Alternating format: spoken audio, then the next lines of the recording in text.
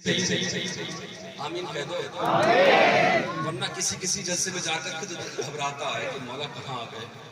ہاں، سامعین کی وجہ سے نہیں، ذاکرین کی وجہ سے بھی.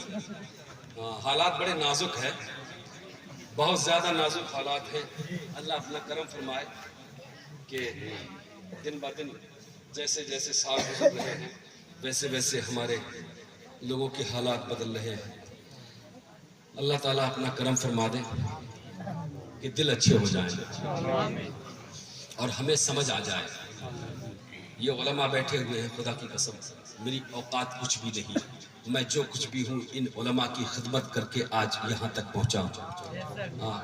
میں اب بے ادبی کے ساتھ ممبر پہ کھڑے ہو کر کے نبی کی نعتیں پڑھوں، یہ کتنی گھنونی بات ہوگی کہ میں نعت پڑھ رہا ہوں. اور نعت کا مقام کیا ہے، کس انداز سے پڑھنا ہے کہ لوگ پھر نیچے سامعین جب کوئی علماء کسی بات کو کہتے ہیں کہ یہ طریقہ غلط ہے، یہ بات، یہ پڑھنے کا انداز غلط ہے، تو پھر تمام کتنے ایسے جاہل بھی اسٹیج پہ بیٹھے ہوتے ہیں جو اس شخص کا جو غلط کر رہا ہے اس کا ساتھ دیتے ہیں، نہ کہ اس عالم کا ساتھ دیتے ہیں. جبکہ حقیقت یہ ہے کہ اس عالم کا ساتھ دینا چاہیے. ایک عالم ہے تو ایک عالم زندہ ہے. اور ایسا بھی میں نے دیکھا کہ فیس بک پہ کئی کلپیں ایسی آئی ہیں کہ سامعین میں سے کہہ رہے ہیں، ان عالم سے کہہ رہے ہیں کہ آپ غلط بول رہے ہیں، آپ کو نیچے آ جانا چاہیے.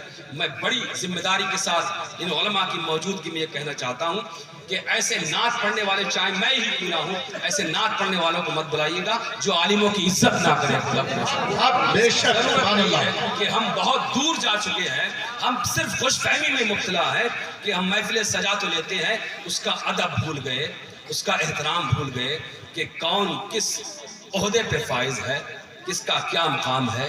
خدا کے لیے یہ بڑی عظمتوں والے ہیں، بڑی عزتوں والے ہیں یہ علماء. ان کی عزتیں ہم نہیں کریں گے تو کون کرے گا یار؟ دیوانوں، خدا کی قسم جلسہ چاہے سال میں ایک بار ہی کرانا، مگر ایسے لوگوں کو جلسوں میں بلائیے گا جو علماء کی عزت کرنا جانتے ہیں. سبحان اللہ. میں بڑی ذمہ داری کے ساتھ میں یہ گفتگو کی ہے، اور میں نیٹ والوں سے گزارش کر رہا ہوں کہ میری اس میسج کو ضرور پہنچائیے گا کہ پورے ہندوستان میں اس بات کو لوگ سنیں اور سمجھیں کہ صحیح طریقہ کیا ہے.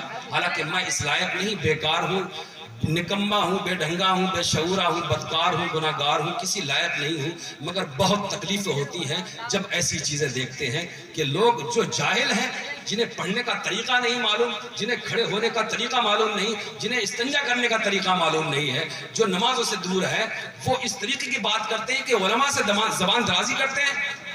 ایسے لوگوں کو ممبر پہ آنے کی کوئی ضرورت نہیں ہے، انہیں بلانے کی کوئی ضرورت نہیں ہے. خدا کی قسم بس میں اس گزارش کر رہا ہوں کہ آئندہ آپ بھی دھیان رکھیے گا، علاقے میں بھی جلسہ ہو تو کبھی کسی عالم کی اگر کوئی جاہل شخص بے عزتی کر رہا ہے یا لفظ غلط بول رہا ہے تو گریوان پکڑ لیجیے گا، تیری ہمت کیسے پڑی. یہ عالم ہمارے ذمہ دار ہیں. خدا کی قسم اللہ نے ان کو علم سے نوازا ہے، عزتوں سے نوازا ہے. اس چیز کی ضرورت ہے.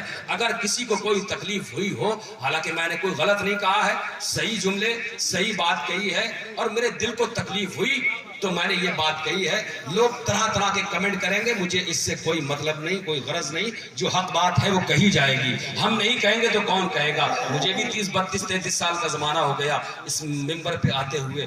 بڑی تکلیف ہوتی ہے کہ ہم نعت پڑھ رہے ہیں، نبی کی نعت، اور پھر ہم ایسا کریں. میری اوقات نہیں، گفتگو ایک کلام کے برابر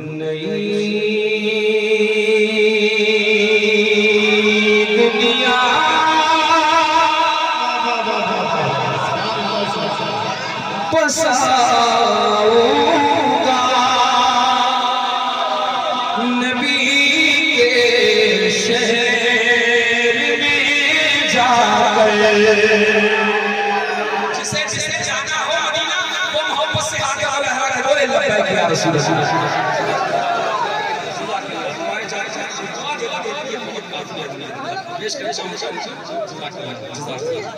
نئی دنیا بساؤں گا نبی کے شہر میں جا کر.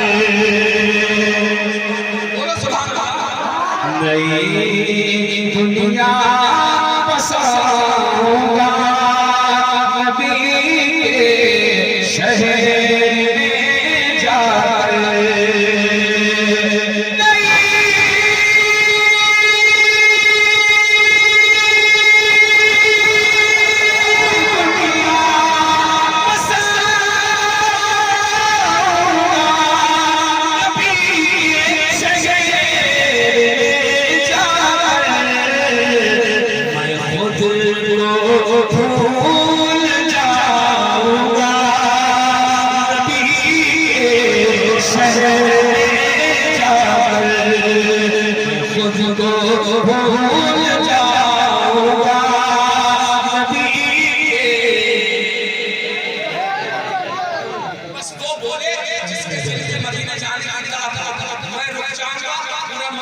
کے دل میں حسرت ہوگی وہ محبت سے بولے گا شہر میں جا کر میں خود کو بھول جاؤں گا نبی کے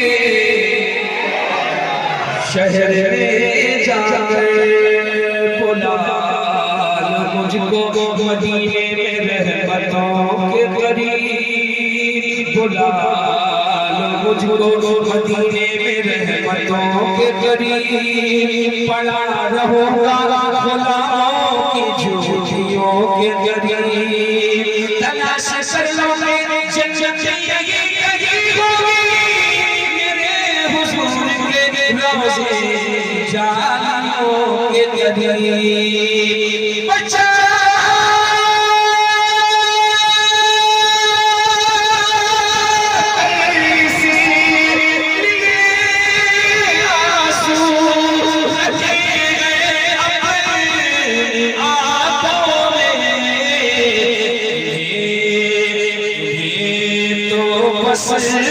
بہاؤں گا نبی شہر جا کر تو بس بہاؤں گا نبی یا رسول اللہ بلاؤ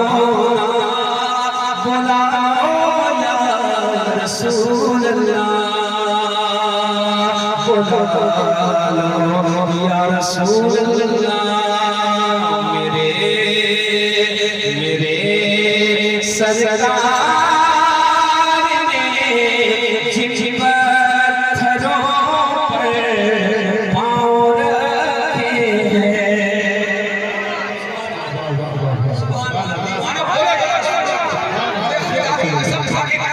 نبی دیکھ رہے ہیں اس ایمان کے ساتھ حاضر ہو جائے کہ بولے میرے سرکار نے جن پتھروں پر پاؤں رکھے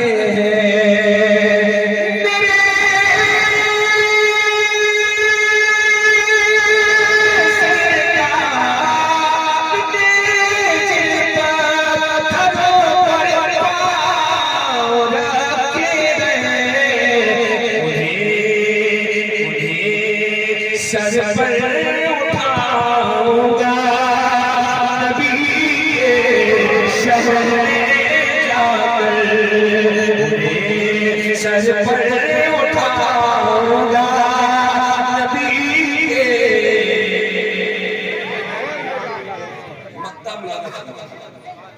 یا رسول اللہ مقدر لے گیا مقدر لے گیا مقدر لے گیا مقدر لے گیا عثمان ہارونی جو پارا